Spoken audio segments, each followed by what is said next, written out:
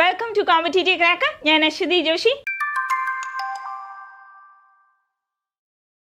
അപ്പോൾ നമ്മുടെ set exam ഒക്കെ കഴിഞ്ഞു അല്ലേ? നല്ല രീതിയിൽ എഴുതിയ കുട്ടികളുമുണ്ട്, എന്നാൽ അഗ്രിഗേറ്റ് ക്ലിയർ ചെയ്യാൻ സാധിക്കില്ല എന്ന നിരാശാബോധത്തിൽ ഇരിക്കുന്ന കുട്ടികളുമുണ്ട്.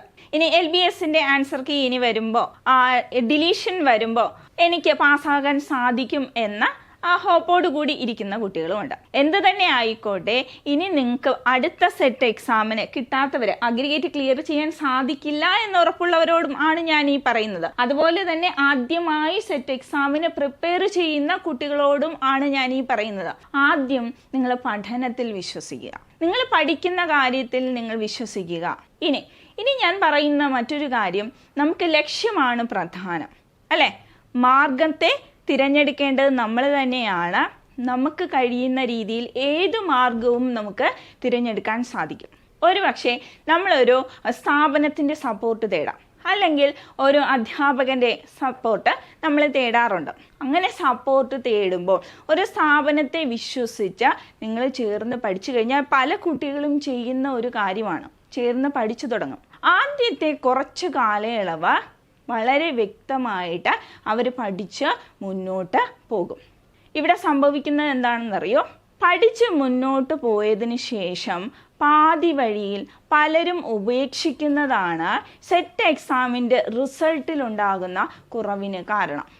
ഒരു ഉദാഹരണം ഞാൻ പറയാം, ഒരു കഥയാണെന്ന് കൂട്ടിക്കോളൂ. നമ്മുടെ നടുവിലൂടെ ഒരു പുഴ ഒഴുകുകയാണെന്ന് വിചാരിച്ചു.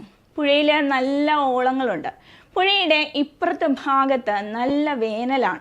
എന്നാൽ പുഴയുടെ അക്കരെ നിങ്ങൾക്ക് ഒരു പച്ചപ്പും കാണാൻ സാധിക്കും. പുഴയുടെ ഇക്കരെ നല്ല വേനലാണ്, മരങ്ങളെല്ലാം കരിഞ്ഞുണങ്ങി എന്ന് വിചാരിക്കുക. അപ്പം നിങ്ങൾക്ക് എന്ത് ചെയ്യണം? ഈ വേനലിൽ നിന്ന് രക്ഷ നേടണം. എവിടേക്ക് പോകണം? ആ പച്ചപ്പിലേക്ക് പോകണം. ഒരു പച്ചപ്പ് മാത്രമേ നിങ്ങൾ കാണുന്നുള്ളൂ, അതിൻ്റെ അപ്പുറത്തുള്ള വിശാലമായ ലോകം നിങ്ങൾ കാണുന്നില്ല. നിങ്ങൾക്ക് ഇവിടെ നിന്ന് രക്ഷപ്പെടണം. അപ്പോൾ ഒരു കൂട്ടം ആളുകൾ എന്ത് ചെയ്യുന്നറിയോ? ഈ പുഴ കടന്ന് അപ്പുറത്തേക്ക് പോകാൻ വേണ്ടി ശ്രമിക്കുകയാണ്. പുഴ കടന്ന് അപ്പുറത്തേക്ക് പോകണമെങ്കിൽ എന്ത് വേണം? ഒരു തോണി വേണം അല്ലേ? തോണി വേണം. തോണി തുഴയാൻ തോണിക്കാരൻ വേണം. തോണിക്കാരൻ മാത്രം മതിയോ? അദ്ദേഹത്തിൻ്റെ കയ്യിൽ നല്ലൊരു തുഴയും വേണം. വേണ്ടേ? വേണം. അപ്പോൾ നിങ്ങൾ ആദ്യം എന്ത് ചെയ്യണം? ആ തോണിക്കാരനെ വിശ്വസിക്കണം. ബലമുള്ള തോണിയായിരിക്കണം അല്ലേ? തോണിക്കാരൻ്റെ കയ്യിലെ തുഴയെയും വിശ്വസിക്കണം. വേണ്ടേ? വേണം. പക്ഷേ തോണിക്കാരന് എന്തിൽ വിശ്വാസമുണ്ട്? നിങ്ങളെ കരയ്ക്ക് അപ്പുറത്തെത്തിക്കാമെന്ന പൂർണ്ണ വിശ്വാസമുണ്ട്. അദ്ദേഹം പറയുന്നുണ്ട്, തോണിയിൽ കയറിക്കഴിഞ്ഞാൽ എന്ത് വന്നാലും നിങ്ങൾ എന്ത് ചെയ്യാൻ പാടില്ല? തോണിയിൽ നിന്ന് അനങ്ങാൻ പാടില്ല. അനങ്ങിക്കഴിഞ്ഞാൽ എന്ത് സംഭവിക്കും? തോണി ഉലയും, നമ്മൾ എങ്ങോട്ട് പോകും? പുഴയിലേക്ക് പോകും അല്ലേ? അപ്പം തോണിക്കാരൻ പറഞ്ഞതനുസരിച്ച് എന്ത് ചെയ്തു? കുറച്ച് ആൾക്കാർ തോണിയിലേക്ക് കയറി. പലർക്കും തോണിക്കാരനെ അധികം വിശ്വാസം ഉണ്ടായിരുന്നില്ല. അദ്ദേഹത്തിൻ്റെ കയ്യിലിരുന്ന തുഴയെയും വിശ്വാസം ഉണ്ടായിരുന്നില്ല. കുറച്ച് പേരെന്ത് ചെയ്തു? തോണി തുഴയാൻ തുടങ്ങിയപ്പോൾ തന്നെ കുറച്ച് പേര് വെള്ളത്തിലേക്ക് എടുത്തു ചാടി എന്ത് ചെയ്തു? തിരിച്ച വേനലുള്ള കരയിലേക്ക് തിരിച്ചു വന്നു. വിശ്വസിച്ചവർ എന്ത് ചെയ്തു? തോണിയിൽ തന്നെ ഇരുന്ന് അക്കരയ്ക്ക് പോയി. ഇത് തന്നെയാണ് നമ്മുടെ കാര്യവും. ഈ തോണിയിൽ ഇരുന്ന് പോയവർ വളരെ കുറച്ച് പേരേ ഉള്ളൂ. ഈ തോണിക്കാരൻ്റെ കയ്യിലെ തുഴ എന്ന് പറയുന്നത് നമുക്ക് കയ്യിലുള്ള മെറ്റീരിയൽസ് ആണെന്ന് നിങ്ങൾ സങ്കല്പിക്കുക. നമ്മുടെ പല ഉദ്യോഗാർത്ഥികളും നമ്മുടെ കയ്യിലെ മെറ്റീരിയൽസിനെ വിശ്വസിക്കുന്നില്ല. ഓരോ മൊഡ്യൂൾസ് എടുക്കുമ്പോഴും ടീച്ചേഴ്സ് ആവശ്യമുള്ള കാര്യങ്ങളും മെറ്റീരിയൽസും, അതുപോലെ ഒരു പക്ഷേ ആ ഭാഗത്ത് നിന്ന് 5 ക്വസ്റ്റ്യൻസേ മിസ് കൊടുക്കുന്നുണ്ടാവുള്ളൂ, ഒരു ടീച്ചർ കൊടുക്കുന്നുണ്ടാവും. പക്ഷേ ഉദ്യോഗാർത്ഥി ആവശ്യപ്പെടുന്നത് എത്ര ക്വസ്റ്റ്യൻസ് ആണെന്നറിയോ? എനിക്ക് ഈ ഭാഗത്ത് നിന്ന് 50 ക്വസ്റ്റ്യൻസ് കിട്ടിയാൽ മാത്രമേ എനിക്ക് പഠിക്കാൻ സാധിക്കുകയുള്ളൂ. ഈ തോണിക്കാരനെ പോലെയാണ്. തോണിക്കാരന് വിശ്വാസമുണ്ടല്ലോ ഇവരെ അപ്പുറത്തെത്തിക്കാമെന്ന്. അതുപോലെ ഈ അധ്യാപികയ്ക്കും വിശ്വാസമുണ്ട്, ഈ 5 ക്വസ്റ്റ്യൻ ഈ കുട്ടികൾ പഠിച്ചു കഴിഞ്ഞാൽ ഇതിൽ 1 മാർക്ക് ഇവർക്ക് സ്കോർ ചെയ്യാൻ സാധിക്കും. അതവിടെ വിശ്വാസമാണ്. അപ്പം നിങ്ങളുടെ അക്കരെ എത്തിക്കുന്ന ചുമതല എന്ന് പറയുന്നത് ഈ അധ്യാപികയ്ക്കുള്ളതാണ്. ആദ്യം നിങ്ങൾ അധ്യാപികയെ വിശ്വസിക്കുക. അധ്യാപികയുടെ കയ്യിലെ തുഴി എന്ന് പറയുന്നത് കയ്യിലിരിക്കുന്ന മെറ്റീരിയൽസ് ആണ്. അധ്യാപികയ്ക്ക് കോൺഫിഡൻസ് ഉണ്ട് നിങ്ങളെ അപ്പുറത്തെ വിജയത്തിലേക്ക് എത്തിക്കും എന്നുള്ളത്. അധ്യാപിക നിങ്ങളെ കൃത്യമായി പറഞ്ഞ് മനസ്സിലാക്കുന്നുണ്ട് അപ്പുറത്ത് വിശാലമായ ലോകം ഉണ്ട് എന്നുള്ളത്. സെറ്റ് എക്സാം പാസ്സായി കഴിഞ്ഞാൽ എനിക്ക് പുതിയ ഓപ്പർച്യൂണിറ്റികളൊന്നും കിട്ടില്ല HSST അല്ലാതെ. HSSTക്ക് ആണെങ്കിൽ വേക്കൻസിയും കുറവാണ്. കഴിഞ്ഞ ലിസ്റ്റിൽ നിന്ന് തന്നെ ആളിനെ എടുത്തിട്ടില്ല. ഇത്തരത്തിലുള്ള ആശങ്കകളും ചോദ്യങ്ങളും ഒക്കെയാണ് ഉദ്യോഗാർത്ഥിയുടെ ഭാഗത്തു നിന്നുള്ളത്. നിങ്ങൾക്കറിയാം, ഒരു എയ്ഡഡ് സ്കൂളിൽ പഠിപ്പിക്കാൻ പോകണമെങ്കിൽ, അല്ലെങ്കിൽ ഒരു അൺഎയ്ഡഡ് സ്കൂളിൽ പഠിപ്പിക്കാൻ പോകണമെങ്കിൽ, അല്ലെങ്കിൽ ഡെയിലി വേജസിൽ നമ്മുടെ ഗവൺമെൻറ് സ്കൂളുകളിൽ പഠിപ്പിക്കാൻ പോകണമെങ്കിൽ, +2 തലത്തിൽ പോകണമെങ്കിൽ എന്ത് വേണം? സെറ്റ് എക്സാം നമ്മൾ പാസ്സായിരിക്കണം. ഓപ്പർച്യൂണിറ്റികളുടെ ലോകം വിശാലമാണ്. നമ്മളൊരു PSC എക്സാമിന് വേണ്ടി പ്രിപ്പയർ ചെയ്യുന്ന കുറച്ച് ഉദ്യോഗാർത്ഥികളെ പഠിപ്പിക്കാൻ പോകണമെങ്കിൽ പോലും നമ്മൾ ക്വാളിഫൈഡ് ആയിരിക്കണം, അല്ലേ? അവിടെ നമ്മൾ സെലക്ഷൻ നടത്തുമ്പോൾ ഉയർന്ന ക്വാളിഫിക്കേഷൻ ഉള്ള ആളെ ആയിരിക്കും അവിടെ തിരഞ്ഞെടുക്കുക. നിങ്ങൾ പല ഇൻ്റർവ്യൂവിനും പോയിട്ടുണ്ടാകും, അല്ലേ? ഇങ്ങനെയുള്ള ക്വാളിഫിക്കേഷൻ്റെ കുറവ് കാരണം നിങ്ങൾ പിന്നോട്ട് പോയ അവസ്ഥയും ഉണ്ടാകും. അപ്പോൾ നമ്മൾ പുഴയ്ക്കക്കരെയുള്ള ചെറിയ പച്ചപ്പ് മാത്രം കണ്ടുകൊണ്ട് ഇവിടെ നിൽക്കാതെ ആ പുഴയ്ക്കക്കരെ എത്തിക്കഴിഞ്ഞാൽ ഒരു വിശാലമായ ഒരു ലോകം ഉണ്ടെന്ന് മനസ്സിലാക്കുക. അപ്പം നമുക്ക് പ്രധാനം ലക്ഷ്യമാണ്, അത് മാർഗം. നമ്മൾ തിരഞ്ഞെടുക്കുന്ന മാർഗത്തിലൂടെ മാത്രമേ അത് സാധൂകരിക്കാൻ പറ്റുള്ളൂ. പല ഉദ്യോഗാർത്ഥികളും നമ്മുടെ പേഴ്സണാലിറ്റിയിൽ ഡിഫറൻസ് ഉണ്ട്, അല്ലേ? വ്യക്തി വ്യത്യാസമുണ്ട്. അപ്പോൾ ഓരോരുത്തരും പഠിക്കുന്ന രീതിയിൽ ആദ്യം മാറ്റം വരുത്തുക, പഠനത്തിൽ വിശ്വാസം ഉറപ്പിക്കുക, തൻ്റെ കയ്യിലിരിക്കുന്ന മെറ്റീരിയൽസിനെ, താൻ ആശ്രയിക്കുന്ന സ്ഥാപനത്തെയോ അല്ലെങ്കിൽ വ്യക്തിയെയോ വിശ്വസിക്കുക. നോക്കൂ, നമ്മൾ ഇന്ന് നോക്കുന്നത് സെറ്റ് ജനറൽ പേപ്പറിൽ യൂണിറ്റ് 5 മൊഡ്യൂൾ 3 ആണ്. ലേണിംഗ് എന്നൊരു പാർട്ടാണ് നമ്മൾ നോക്കാൻ പോകുന്നത് കേട്ടോ. നോക്കിക്കേ, ചോദ്യം നോക്കൂ. പ്രീവിയസ് ചോദ്യമാണ്. എങ്ങനെ പഠിക്കണം? ഏത് മാർഗത്തിലൂടെ നിങ്ങൾക്ക് പഠിച്ചാൽ മുന്നോട്ട് പോകാം? അതിലൊരു മാർഗമാണ് ഞാനിവിടെ പറയുന്നത്. നോക്കൂ. 2 psychologists in the following group are distinct from others. Who are they? ആരൊക്കെയാണവർ? രണ്ടുപേര് വ്യത്യസ്തരാണ്, അല്ലേ? Ivan Pavlov, Edward Thorndike, Edward C. Tolman, Max Wertheimer, William Wundt. നിങ്ങൾക്ക് ഇതിൽ ആരൊക്കെ അറിയാം? സൈക്കോളജിസ്റ്റുകളെ എല്ലാം അറിഞ്ഞിരിക്കണം. ഇതിൽ ആരൊക്കെയാണ് വ്യത്യസ്തരായവർ? ആരൊക്കെയാണ്? നോക്കൂ, ഇവിടെ ഓപ്ഷൻ കൊടുത്തിട്ടുണ്ട്. Option A 1 and 5 only, B 2 and 3 only, C 4 and 5 only, D 1 and 2 only. ഇവിടെ ഏതാണ് ആൻസർ വരിക? നോക്കൂ, 4 and 5 only. നമുക്ക് തിരിച്ച് ചോദ്യത്തിലേക്ക് വരാം. 4 and 5 only എന്നാണ് പറഞ്ഞിരിക്കുന്നത്. അപ്പോൾ ഇവർ 3 പേരും ഒറ്റ കാറ്റഗറിയിലുള്ളവരാണോ? ആണ്. നിങ്ങൾക്കറിയാം, ഇവർ 3 പേരും ആരൊക്കെയാണ്? ബിഹേവിയറിസ്റ്റുകളാണ്. ബിഹേവിയറിസ്റ്റുകളുടെ ലിസ്റ്റ് നിങ്ങൾക്കറിയാമെങ്കിൽ മാത്രമേ എന്ത് ചെയ്യാൻ സാധിക്കൂ? ഇതിൻ്റെ വ്യത്യാസം നിങ്ങൾക്ക് മനസ്സിലാക്കാൻ സാധിക്കുകയുള്ളൂ. ഇനി മാക്സ് വർത്തിമർ ആരാണ്? ജസ്റ്റാൾട്ട് സൈക്കോളജിസ്റ്റ് ആണ്.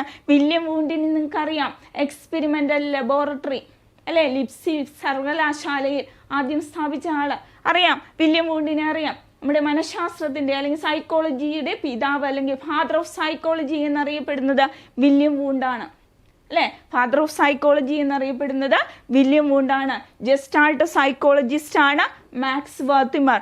ബാക്കി 3 പേരും ബിഹേവിയറിസ്റ്റ് ആണ്. വ്യക്തമാണ്. ഇനി നമുക്ക് ഈ ബിഹേവിയറിസ്റ്റുകളെ പഠിക്കുന്നത് എങ്ങനെയെന്ന് നോക്കാം. നിങ്ങൾ BEdന് പഠിച്ചപ്പോൾ നിമോണിക് തന്ത്രങ്ങൾ പഠിച്ചിട്ടില്ലേ? ഏത് തരത്തിലുള്ള നിമോണിക് തന്ത്രങ്ങളും നിങ്ങൾക്ക് യൂസ് ചെയ്യാവുന്നതേ ഉള്ളൂ. ഇവിടെ നമുക്ക് ഇഷ്ടമുള്ള രീതിയിൽ പഠിക്കാം. ഇവിടെ ഒരു രീതി മാത്രമാണ് ഞാൻ പറയുന്നത് കേട്ടോ. ഇത് എല്ലാവരും ബിഹേവിയറിസ്റ്റുകളാണ്. വാട്സൺ, പെഴ്സ്ബറി, Pavlov, Hull, Thorndike, Tolman, Skinner. ഇവിടെ ഒരു കോഡാണ് ഞാൻ പറയുന്നത്. വളരെ ശ്രദ്ധിച്ച് കേൾക്കുക. ബിഹേവിയറിസ്റ്റുകളെ പഠിക്കുമ്പോൾ നിങ്ങൾ ഇങ്ങനെ പഠിച്ചു വെക്കുക. വാട്സൻ്റെ വീട്ടിലെ കഥയൊക്കെ എല്ലാവർക്കും ഇഷ്ടമാണ്, അല്ലേ? വാട്സൻ്റെ വീട്ടിലെ ബെറി നിങ്ങൾക്ക് ഇഷ്ടമല്ലേ? ഏത് ബെറിയാണ് ഇഷ്ടം? ബ്ലൂബെറി ആണോ? അപ്പം ബെറി എല്ലാവർക്കും ഇഷ്ടമാണല്ലേ? അപ്പം ഇങ്ങനെ പഠിച്ചു വയ്ക്കുക. വാട്സന്റെ വീട്ടിലെ ബെറി തിന്ന് പാവം പാവ്ലോവാണേ ഹള്ളിൻ്റെ തൊണ്ടയ്ക്ക്. ഇനി മലബാർ ഭാഗത്തൊക്കെ ഈ തൊണ്ടയ്ക്ക് തൊള്ള എന്ന് പറയാറുണ്ട് അല്ലേ? നിങ്ങൾ മലബാറുകാരാണെങ്കിൽ അറിയാൻ സാധിക്കും. തൊണ്ടയ്ക്ക് തൊള്ള എന്നും പറയാറുണ്ട്. തൊണ്ടയിലെ അല്ലെങ്കിൽ തൊള്ളയിലെ സ്കിന്നെല്ലാം പോയി. അപ്പോൾ വാട്സന്റെ വീട്ടിലെ ബെറി തിന്ന പാവം ഹള്ളിൻ്റെ തൊണ്ടയിലെ സ്കിന്നെല്ലാം പോയി. ഓർമ്മയിൽ നിലനിൽക്കത്തില്ലേ? JB വാട്സന്റെ വീട്ടിലെ ബെറി തിന്ന പിൽസ്ബറി ആരുടെ തൊണ്ടയിലെയാ? പാവം ഹള്ളിൻ്റെ, പാവ്ലോ ഹള്ളിൻ്റെ തൊണ്ടയിലെ അല്ലെങ്കിൽ തൊള്ളയിലെ ടോൾമാൻ, അതാണ് അവിടെ പറയുന്നത് കേട്ടോ. സ്കിന്നെല്ലാം പോയി, സ്കിന്നർ. ഇവരെല്ലാവരും ആരാണ്? ബിഹേവിയറിസ്റ്റ്. ഇനി ഇത്തരത്തിലൊരു ചോദ്യം അടുത്ത എക്സാമിന് ചോദിച്ചാൽ നിങ്ങൾക്ക് സമയം കളയാതെ പെട്ടെന്ന് ആൻസറിലേക്ക് എത്താൻ സാധിക്കും. ഇനിയുള്ളവർ ആരൊക്കെയാണ്? മാക്സ് വെർത്തിമറും അതുപോലെ വില്യം വൂണ്ടും ആരാണ് നമ്മൾ പറഞ്ഞു അല്ലേ? ജസ്റ്റാൾട്ട് സൈക്കോളജിസ്റ്റും അതുപോലെ ഫാദർ ഓഫ് സൈക്കോളജി. ഇനി നമുക്ക് നോക്കാം അടുത്ത പോയിന്റ്. നോക്കൂ, നമ്മൾ ഈ പറഞ്ഞ മാക്സ് വെർത്തിമർ ജസ്റ്റാൾട്ട് സൈക്കോളജിസ്റ്റ് ആണെന്ന് പറഞ്ഞു അല്ലേ? അതുപോലെ തന്നെ കോഹ്ലറും കോഫ്കയും ആരാണ്? ജസ്റ്റാൾട്ട് സൈക്കോളജിസ്റ്റ് ആണ്. മാക്സ് വെർത്തിമറെ കണ്ടു, കോഹ്ലറെ കണ്ടു, കോഫ്കയെ കണ്ടു. ഇവരൊക്കെ ആരാ? ജസ്റ്റാൾട്ട് സൈക്കോളജിസ്റ്റുകളാണ് കേട്ടോ. അപ്പം ഇവരെയും പഠിക്കാൻ നമുക്കൊരു മാർഗമുണ്ട്. നോക്കൂ, മാക്സ് നിങ്ങൾ ചിലർ വീട്ടിൽ ഇടുന്ന ഡ്രസ്സിന് മാക്സി എന്ന് പറയാറുണ്ട്, നൈറ്റ് ഡ്രസ്സിന് നൈറ്റി എന്നും പറയാറുണ്ട്. അങ്ങനെ വേണമെങ്കിലും പഠിക്കാം. അല്ലെങ്കിൽ നിങ്ങൾക്ക് പഠിക്കാം മാക്സിൻ്റെ കോളർ, ഷർട്ടിൻ്റെ കോളറില്ലേ, അതാണ് ഞാൻ ഉദ്ദേശിച്ചത് കേട്ടോ. അല്ലെങ്കിൽ മാക്സിയുടെ കോളർ, അതാണ് ഉദ്ദേശിക്കുന്നത്. മാക്സിൻ്റെ കോളറിൽ ജസ്റ്റ് എന്ത് വീണു? കോഫി വീണു. ജസ്റ്റ് എന്ന് തന്നെ പഠിക്കണം കേട്ടോ, അല്ലെങ്കിൽ നിങ്ങൾ മറന്നു പോകും. ജസ്റ്റാൾട്ട് സൈക്കോളജിസ്റ്റ് ആണ് എന്നുള്ളത് മറന്നു പോകും. ഇങ്ങനെ രീതിയിൽ പഠിച്ചാലും നിങ്ങൾക്ക് മുന്നോട്ട് പോകാൻ മറവി ഉണ്ടാവത്തില്ല അല്ലേ? നമ്മൾ പഠിച്ചിട്ടുണ്ട് നിമോണിക് തന്ത്രങ്ങൾ നമ്മുടെ മറവിയുടെ അളവ് കുറയ്ക്കുന്നു. ഓർമ്മ വരില്ലേ? ഇനി ജസ്റ്റാൾട്ട് സൈക്കോളജിസ്റ്റുകൾ ആരൊക്കെയാണെന്ന് ഓർമ്മ വരും, തീർച്ചയായിട്ടും ഓർമ്മ വരും. അപ്പം നമ്മുടെ സൈക്കോളജി പഠിക്കാതെ സെറ്റ് എക്സാമിന് പോകുന്ന കുട്ടികളുണ്ട് അല്ലേ? BEd ഇല്ലാതെ സെറ്റ് എഴുതാൻ പറ്റുന്ന, PG കഴിഞ്ഞിട്ട് സെറ്റ് എഴുതാൻ പറ്റുന്ന സബ്ജക്റ്റുകാരുണ്ട്. അവർക്കൊക്കെ ഇത് ഉപയോഗപ്രദമായിരിക്കും കേട്ടോ. BEd പഠിച്ചവർക്ക് പെട്ടെന്ന് ഓർമ്മ നിലനിൽക്കും, പക്ഷെ അവർക്ക് ബുദ്ധിമുട്ടായിരിക്കും. അവർക്ക് ഉപകാരപ്രദമാണ് കേട്ടോ ഇങ്ങനെയുള്ള കോഡുകൾ. അപ്പം ഇങ്ങനെ ഓർത്ത് വെക്കുക, മാക്സിൻ്റെ കോളറിൽ എന്ത് വീണു? ജസ്റ്റ് കോഫി വീണു. ജസ്റ്റാൾട്ട് സൈക്കോളജിസ്റ്റുകളാണ് Max Wertheimer, Kohler, Koffka. Clear? അടുത്തയിലേക്ക് പോകാം നമുക്ക്. അടുത്ത് നോക്കൂ, select the personality trait put forward by Allport, GW Allport. Primary, secondary, tertiary. Option B cognitive, emotional, physiological. Option C id, ego, super ego. Option D cardinal, central, secondary. ഏതാണ് ആൽപോർട്ടിൻ്റേത്? ഏതൊക്കെയാണ്? Cardinal, central, secondary. ഇവിടെ ഞാൻ നിങ്ങൾക്ക് ഒരു code പറഞ്ഞു തരാം. Cardinal trait, central trait, secondary trait ആരുടേതാണ്? GW ആൽപോർട്ടിൻ്റെയാണ്. നിങ്ങൾക്ക് അല്ലു അർജുനെ ഇഷ്ടമല്ലേ? ഇഷ്ടമാണ് അല്ലേ? ഇഷ്ടമില്ലാത്തവരും ഉണ്ടാകും. എന്നാൽ നമുക്ക് ഈ കോഡ് പഠിക്കുന്നതിന് ഒന്ന് ഇഷ്ടപ്പെടാം. അല്ലുവിൻ്റെ കാർ സെൻട്രലിൽ സെക്കൻഡുകൾക്കുള്ളിൽ എന്ന് പഠിച്ചു വയ്ക്കുക. GW ആൽപോർട്ടിൻ്റെ ട്രേറ്റ് അപ്രോച്ചുമായി ബന്ധപ്പെട്ടുള്ള സ്റ്റേജുകളാണ് നമ്മളിവിടെ പറയുന്നത്. Cardinal trait, central trait, secondary trait. എന്താണ് നമ്മൾ പറഞ്ഞത്? അല്ലുവിൻ്റെ കാർ എന്ന് പറയുമ്പോൾ ആൽപോർട്ടിനെ ഓർക്കുക. GW ആൽപോർട്ട് ട്രേറ്റ് അപ്രോച്ചുമായി ബന്ധപ്പെട്ട വ്യക്തിയാണ്. അല്ലുവിൻ്റെ കാർ എന്ന് ഓർക്കുമ്പോൾ കാർഡിനൽ ട്രേറ്റ് എന്ന് ഓർക്കുക. സെൻട്രലിൽ നിങ്ങൾ കേട്ടിട്ടില്ലേ? ട്രിവാൻഡ്രം സെൻട്രൽ റെയിൽവേ സ്റ്റേഷൻ അതാണ് ഞാനിവിടെ ഉദ്ദേശിച്ചത് കേട്ടോ. അല്ലുവിൻ്റെ കാർ സെൻട്രലിൽ എന്താണ് സെക്കൻഡുകൾക്കുള്ളിൽ. ഇനി നിങ്ങൾ മറക്കുമോ ഇതിൻ്റെ ഓർഡർ? മറക്കരുത് കേട്ടോ. അപ്പോൾ ഇനി ഇതും നിങ്ങൾ എന്ത് ചെയ്യില്ല, തെറ്റിക്കില്ല. ഈ ഒരു രീതിയിൽ പഠനം മുന്നോട്ട് കൊണ്ടുപോയാലും നിങ്ങൾക്ക് എവിടെ എത്താം, ലക്ഷ്യത്തിൽ എത്താൻ സാധിക്കും. നോക്കൂ, ഇനി ഈ ഒരു ഡെഫിനിഷൻ GW ആൽപോർട്ടിൻ്റെ ഈ ഒരു ഡെഫിനിഷൻ നോക്കിക്കേ. GW ആൽപോർട്ടിൻ്റെ എപ്പോഴും ചോദിക്കുന്ന ഒരു ഡെഫിനിഷനാണ് കേട്ടോ. Psychology is the dynamic organisation within the individual of those psychophysical systems that determine his characteristics, behavior and thought. എപ്പോഴും ചോദിക്കുന്നതാണ്. ഇതോടൊപ്പം തന്നെ എന്ത് ഇട്ടേക്കും, 2-3 ഡെഫിനിഷൻ വേറെയും ഇട്ടേക്കും. GW ആൽപോർട്ടിൻ്റേത് ഏതാണെന്ന്, പേഴ്സണാലിറ്റിയുമായി ബന്ധപ്പെട്ട് അദ്ദേഹത്തിൻ്റെ ഡെഫിനിഷൻ ഏതാണെന്നായിരിക്കും നിങ്ങളോട് ചോദിക്കുക. നിങ്ങൾ പ്രീവിയസ് ക്വസ്റ്റ്യൻസ് പരിശോധിച്ച് നോക്കിക്കോളൂ, ഈ ഒരു ചോദ്യം ഉണ്ടാകും, ഉറപ്പാണ്. അടുത്ത് നോക്കാം നമുക്ക്. അപ്പോൾ ഇങ്ങനെ ഒരു രീതിയിലും പഠിക്കാം കേട്ടോ. നോക്കൂ, അടുത്തത് കൺസിഡർ ദ ഫോളോയിങ് കോൺസെപ്റ്റ്സ്. നോക്കൂ, option A concept attainment model, reciprocal teaching, dialogical learning, discovery learning. Which of them are associated to the ideas of Jerome's? Cognitive ഡെവലപ്മെൻറ്റുമായി ബന്ധപ്പെട്ട വ്യക്തിയാണ് ആര്? Jerome's Bruner. അപ്പോൾ അദ്ദേഹത്തിൻ്റെ കോൺസെപ്റ്റുകൾ ഇതിലേതൊക്കെയാണ്? അപ്പോൾ ഓരോരുത്തരുടെയും പഠിച്ചാൽ മാത്രമേ നമുക്ക് ഇതിൽ നിന്ന് തിരഞ്ഞെടുക്കാൻ സാധിക്കുകയുള്ളൂ. കോൺസെപ്റ്റ് അറ്റൈൻമെൻറ്റ് മോഡൽ ആരുടേതാണ്? ജെറോമസ് ബ്രൂണറുടേതാണോ? ആലോചിച്ച് നോക്കിക്കേ, ആണ് അല്ലേ.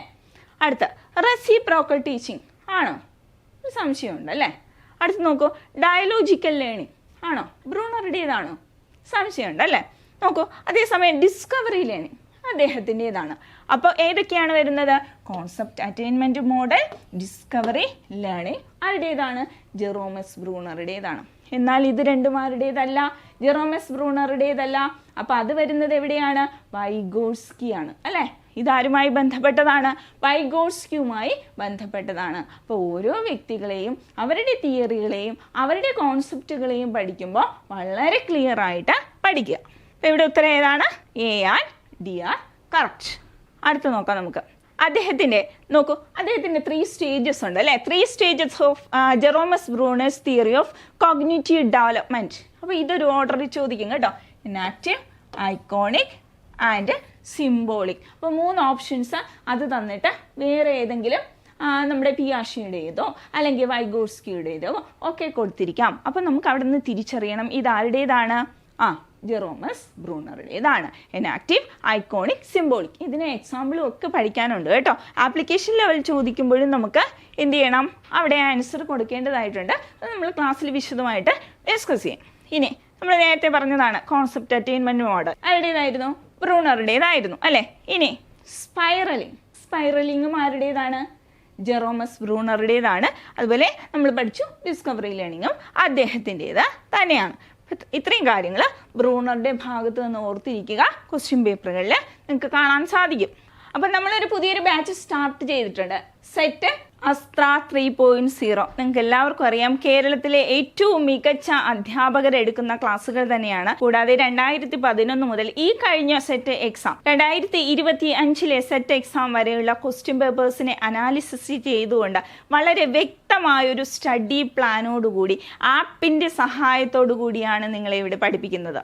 മാത്രമല്ല നിങ്ങൾക്ക് മെൻറ്റേഴ്സിൻ്റെ സപ്പോർട്ട് ഉണ്ടായിരിക്കും. നിങ്ങളുടെ പ്രശ്നങ്ങൾ, പ്രതിസന്ധികൾ, നിങ്ങൾക്ക് എവിടെയാണ് നിങ്ങൾ സ്റ്റക്കായിട്ട് നിൽക്കുന്നത്, എങ്ങനെ പഠനം നിങ്ങൾക്ക് മുന്നോട്ട് കൊണ്ടുപോകണം എന്ന് അറിയാതെ നിൽക്കുന്നവരാണെങ്കിൽ തീർച്ചയായിട്ടും ജോയിൻ ചെയ്യുക.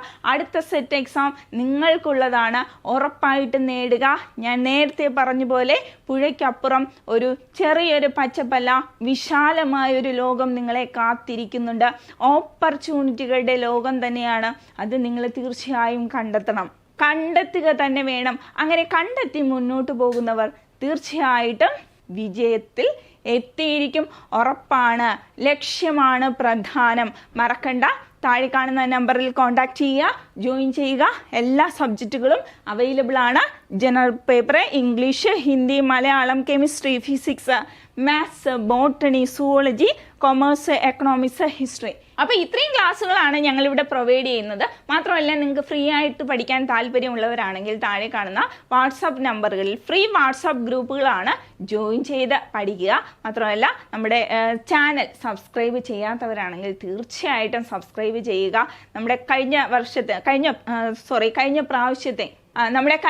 പ്രാവശ്യത്തെ പല ഉദ്യോഗാർത്ഥികളും നമ്മളോട് പറഞ്ഞ കാര്യമാണ്, സെറ്റ് എക്സാം എഴുതിയ പല കുട്ടികളും നമ്മളോട് പറഞ്ഞ കാര്യമാണ്, യൂട്യൂബ് ക്ലാസ്സുകൾ മാത്രം കണ്ടുകൊണ്ട് ഞങ്ങൾ മുന്നോട്ട് പോയവരാണ്. ഞങ്ങൾക്ക് ഒരുപക്ഷെ അഗ്രിഗേറ്റ് ക്ലിയർ ചെയ്യാൻ സാധിച്ചില്ലായിരിക്കാം, പക്ഷേ ഞങ്ങൾക്ക് നല്ല കോൺഫിഡൻസ് ഉണ്ടായി, ഞങ്ങൾക്ക് മുന്നോട്ട് പഠിക്കണമെന്ന തോന്നലുണ്ടായി. അപ്പോൾ തീർച്ചയായിട്ടും ചാനൽ സബ്സ്ക്രൈബ് ചെയ്യുക. അപ്പോൾ ഇതുപോലുള്ള ക്ലാസ്സുകളുമായി നമുക്ക് വീണ്ടും കാണാം. താങ്ക്